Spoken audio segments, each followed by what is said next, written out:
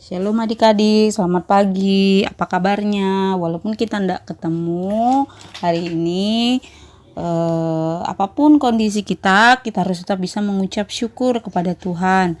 Dan kita juga harus mempergunakan waktu yang ada ini dengan sangat bijaksana untuk banyak baca firman Tuhan. Nah, hari ini kakak akan bagikan cerita firman Tuhan untuk minggu keempat yang harusnya kita ceritakan minggu lalu ya, tetapi karena kondisi kita nggak bisa ketemu.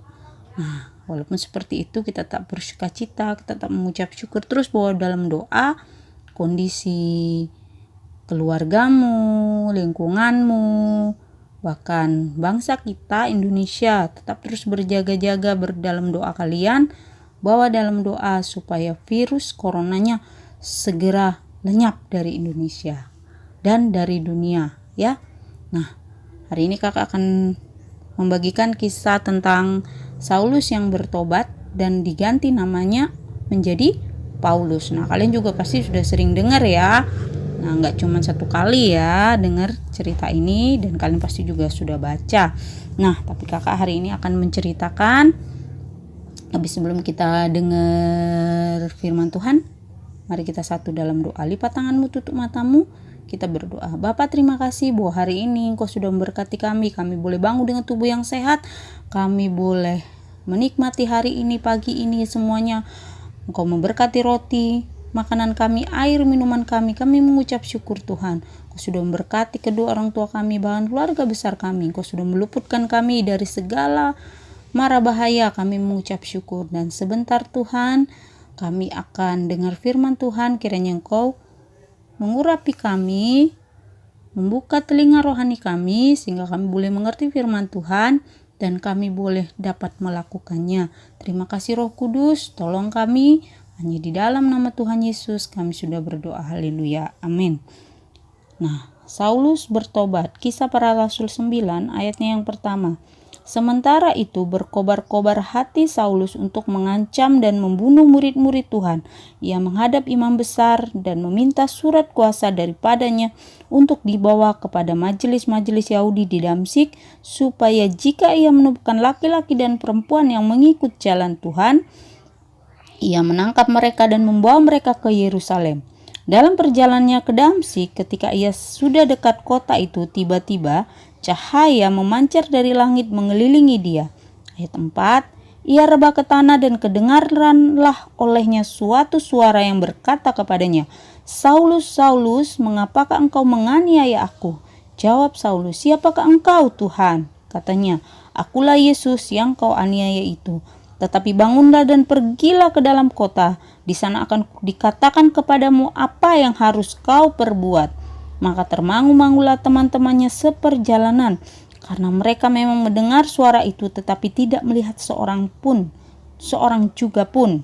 Ayat 8, Saulus bangun dan berdiri lalu membuka matanya, tetapi ia tidak dapat melihat apa-apa. Mereka harus menuntun dia masuk ke Damsyik. Ayat 9, 3 hari lamanya ia tidak dapat melihat, dan 3 hari lamanya ia tidak makan dan minum.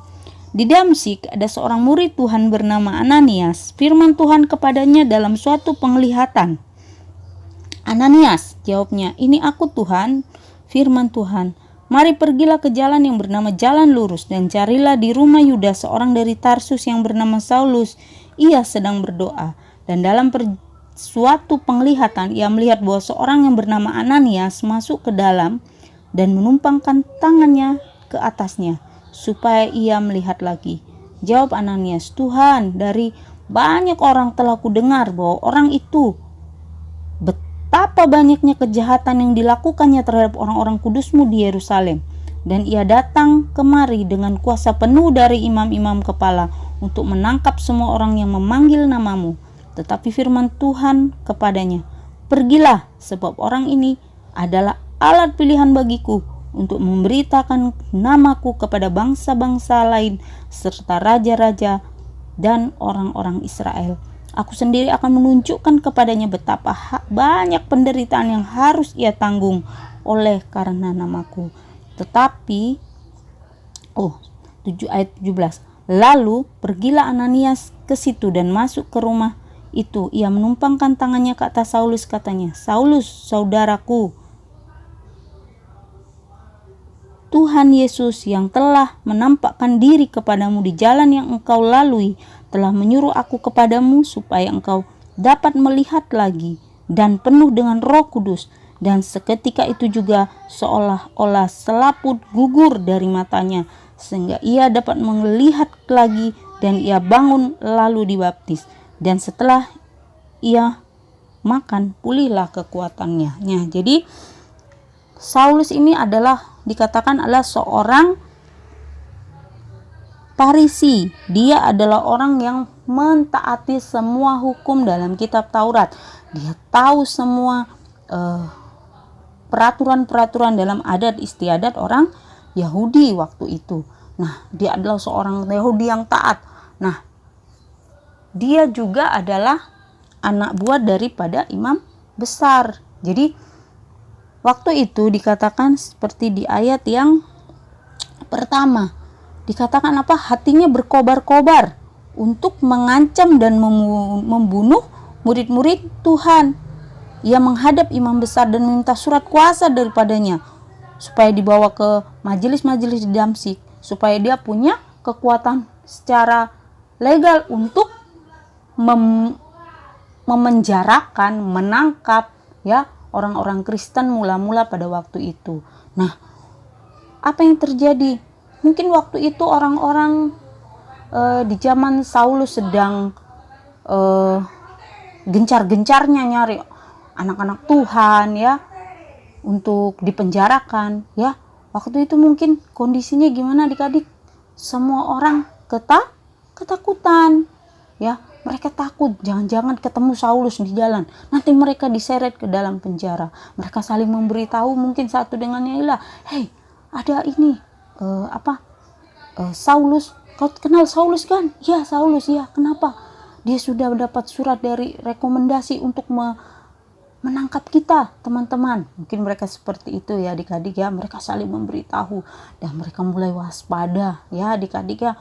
Wah, mungkin mereka mulai dicekam, merasa takut. Waduh, bagaimana ini? Ya kan?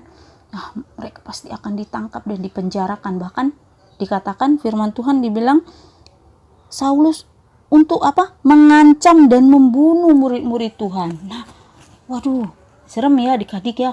Udah diancam, dibunuh lagi. Nah, dan Saulus ini dikatakan dia tidak ada takut untuk melakukan tindakan itu karena dia merasa dia melakukan apa yang benar. Nah, adik-adik, tidak selalu apa yang kita pikirkan itu benar. Makanya kita kadang butuh nasihat dari orang lain, dari orang tua kita ya.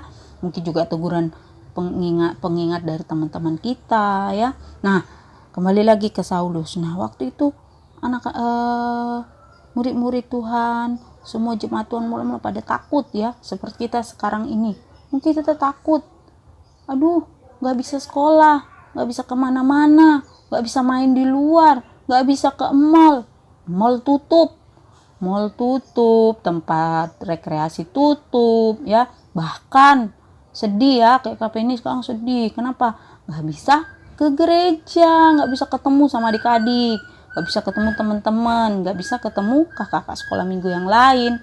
Tetapi kita tetap harus mengucap syukur ya. Nah, seperti jemaat mula-mula saat itu, mereka saling memberitahu, mereka saling menguatkan. Dikatakan gini, jangan takut, ada Tuhan Yesus pasti tolong kita, Tuhan gak akan biarkan kita. Nah, waktu itu Roh Kudus sedang bekerja luar biasa ya dalam hidup mereka. Gereja Tuhan mula-mula. Nah, kalau gereja kita kan ada namanya, kita sedang menanti-nantikan Pentakosta ketiga, pencurahan Roh Kudus yang besar-besaran, penuaian besar-besaran. Nah, kakak percaya, kakak yakin hari-hari ini di tengah kesesakan, di tengah ketakutan, Tuhan sedang bekerja untuk melawat umatnya, terutama Indonesia ya adik-adik ya. Oleh sebab itu kita anak-anak Tuhan tidak boleh takut, nggak boleh seperti orang-orang yang tidak mengenal Tuhan, takut, aduh mau ke warung, aduh ntar ada corona, mau ke keluar sedikit, keluar pagar, aduh takut nanti ada corona, langsung semprot. Ya boleh, kita harus berjaga-jaga boleh, tetapi dikatakan firman Tuhan bahwa Tuhan tidak memberikan kepada kita roh ketakutan, tetapi roh yang membangkitkan kekuatan, kasih, dan ketertiban. Dan roh yang ada pada kita lebih besar dari semua roh-roh yang ada di dunia ini, termasuk roh sakit penyakit, termasuk corona sekalipun. Tetapi kita tetap harus berjaga-jaga, karena kita harus ikuti anjuran pemerintah, ikuti nasihat orang tua. Ayo mandi, misalnya mandi, cuci tangan dulu sebelum makan, cuci tangan. Terus nggak boleh keluar, nggak usah keluar dulu, kita taat dulu. Kalau waktu social distancingnya diperpanjang sampai, kalau di sekolahnya Jos sama Lionel itu sampai tanggal 14. Kakak rasa juga di sekolah kalian juga sampai tanggal 14. Nah, tetap lakukan. Lalu Kak, bosen Kak di rumah Kak, ngapain Kak bosen? Udah gitu tugas banyak banget lagi, pusing aku Kak, harus cepet-cepet dikumpul. Lah, tidak apa-apa, lakukan dengan sukacita. Karena kalau kita di luar belum tentu kita aman. Itu sudah terbaik yang dirancangkan oleh pemerintah untuk rakyatnya. Nah, kita harus taat. Nah, adik-adik ingat satu kali, jadi jangan jorok, harus bersih ya. Nah, kembali lagi ke firman Tuhan, Saulus bertobat. Nah, jadi waktu Saulus dengan hati yang berkobar-kobar, dia pengen tangkepin orang-orang ya kan, yang kenal Tuhan Yesus, yang cinta Tuhan Yesus, tangkepin. Jadi nggak boleh lah, dia pengen nggak boleh ada nama Tuhan Yesus sebut lagi. Tetapi apa yang terjadi? Walaupun dia menciptakan rasa mencekam kepada anak-anak Tuhan hari-hari itu, ya, tetapi dikatakan apa? Pada suatu perjalanan yang ke Damsyik, tiba-tiba dia melihat cahaya memancar dari langit mengelilingi dia. Ia rebah ke tanah dan kedengaran suara yang berkata, Saulus, Saulus, mengapa engkau menganiaya aku? Jadi, dalam segala keadaan, dalam segala kondisi di mana kita mungkin takut, di mana anak-anak Tuhan waktu itu di zaman Saulus takut, was-was ya, takut keluar nanti ditangkap sama Saulus, dibunuh. Tetapi ternyata Tuhan peduli. Seperti di ayat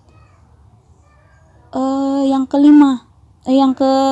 keempat, waktu Tuhan menampakkan diri kepada Saulus dan ada suara berkata, Saulus, Saulus, mengapa engkau menganiaya aku?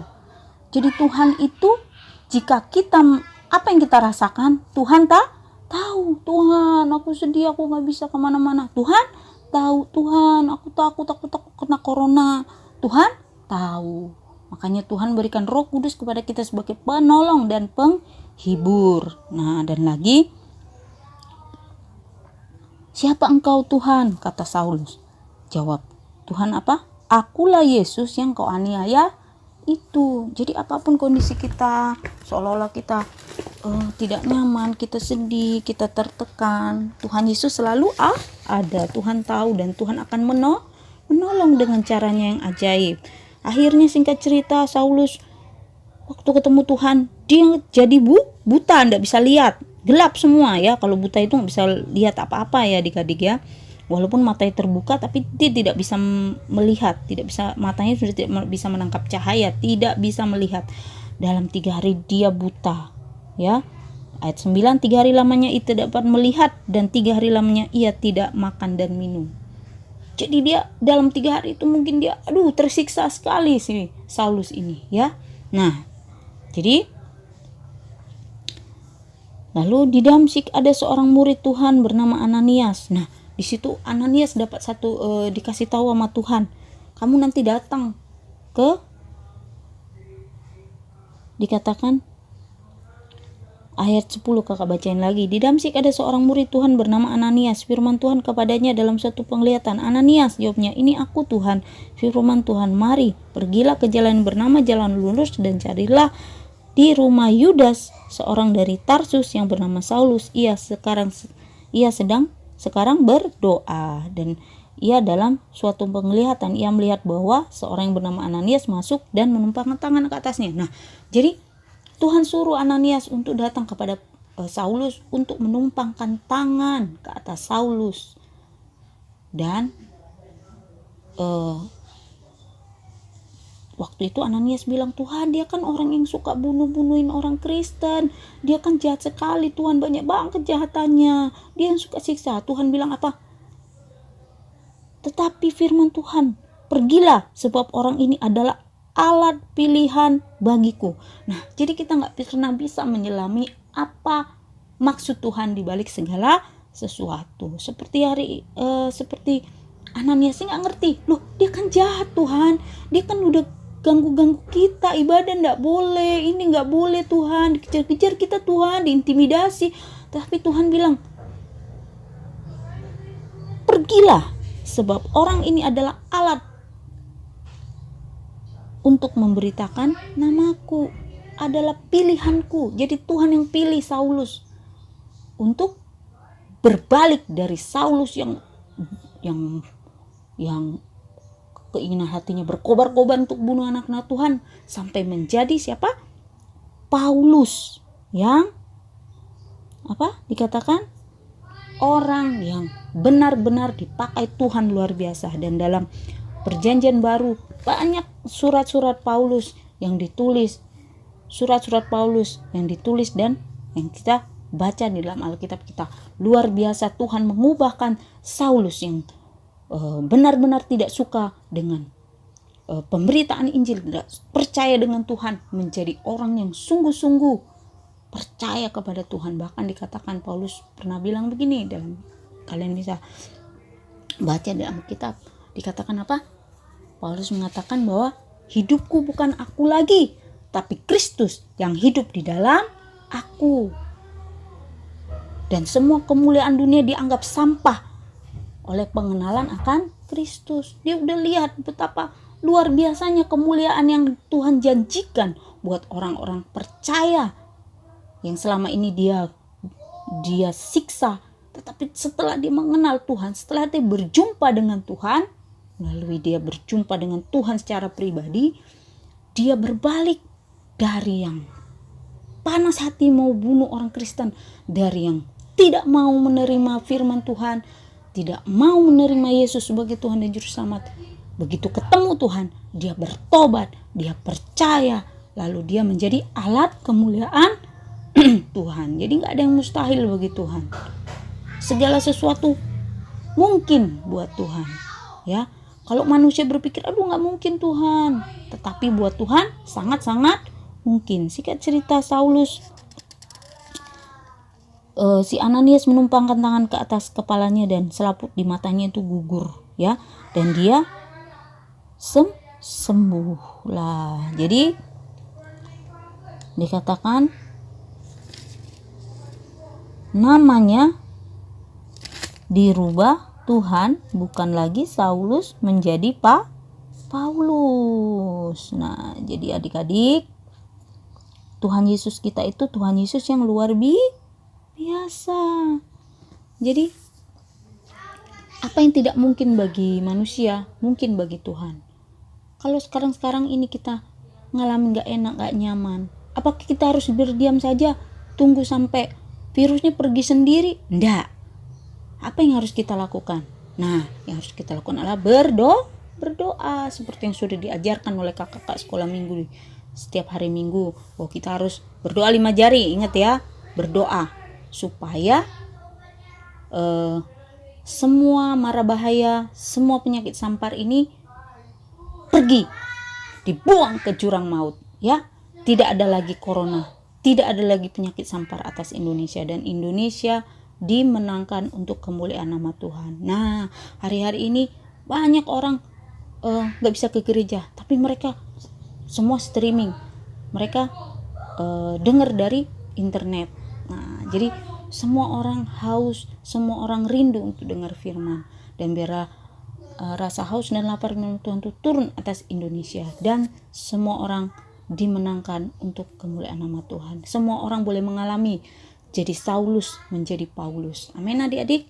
Dan kita Tapi kita dulu harus berubah dari hidup kita yang lama, yang kita suka takut, suka marah, kita suka ngomong kotor mungkin, berubah menjadi anak yang baik, yang dengar-dengaran kepada orang tua, menjaga mulutnya, tidak mengatakan perkataan sia-sia, menjadi anak-anak yang punya buah roh dalam hidupnya. Apa itu buah roh adik-adik? Masih ingat? Kasih, sukacita, damai sejahtera, kesabaran, kemurahan, kebaikan, kesetiaan, kelemah lembutan, dan penguasaan diri. Jadi kita harus punya itu semua. Nah, sampai Tuhan datang kedua kali menjemput kita di awan-awan. Kakak yakin dan percaya hari-hari ini sudah tidak lama lagi kedatangan Tuhan. Jadi hari ini kita mau meneladani dari kisah Saulus, bagaimana dia bertemu dengan Tuhan dan berubah 180 derajat, dari yang marah menjadi baik, dari yang suka melakukan kekerasan menjadi tidak suka melakukan kekerasan, dari yang tidak percaya menjadi percaya, jadi dari yang harusnya masuk neraka jadi masuk surga. Nah, jadi kita harus hari ini memikirkan perkara-perkara yang di atas, kata Tuhan, memikirkan bagaimana hidup kita menyenangkan hati Tuhan. Kalau hari-hari ini di rumah Kak bosen, ini kesempatan buat kita baca Alkitab. Jadi baca Alkitab bisa aja dalam 14 hari Alkitab dari Kejadian sampai Wahyu habis. Wah, luar biasa. Nah, adik-adik, mari kita berjuang terus untuk masuk dalam kekekalan ya. Yuk kita berdoa. Bapak, terima kasih Tuhan, kami sudah dengar firman Tuhan, bagaimana kisah Saulus Tuhan ubahkan menjadi Paulus, seorang yang keras, seorang yang kasar, seorang yang tidak suka akan pemberitaan firman Tuhan, menjadi alat kemuliaan-Mu yang luar biasa dan banyak memenangkan jiwa, memberitakan Injil sampai bahkan keluar dari Yerusalem. Terima kasih Bapak, kami mengucap syukur dan kami meneladani sikap daripada Paulus Tuhan, yang meninggalkan hidupnya yang lama dan memulai hidupnya yang baru bersama dengan Tuhan dalam penyertaan Roh Kudus. Urapi kami Tuhan, sepanjang minggu ini Tuhan berkati, dijauhkan dari segala yang jahat, dan kami percaya kesehatan yang sempurna menjadi milik kepunyaan kami. Dari ujung rambut sampai telapak kaki kami semua sehat sempurna, orang tua kami sehat sempurna, keluarga besar kami sehat sempurna, kemanapun kami pergi pasukan malaikat Tuhan jaga. Terima kasih Bapak, kami berdoa untuk Indonesia.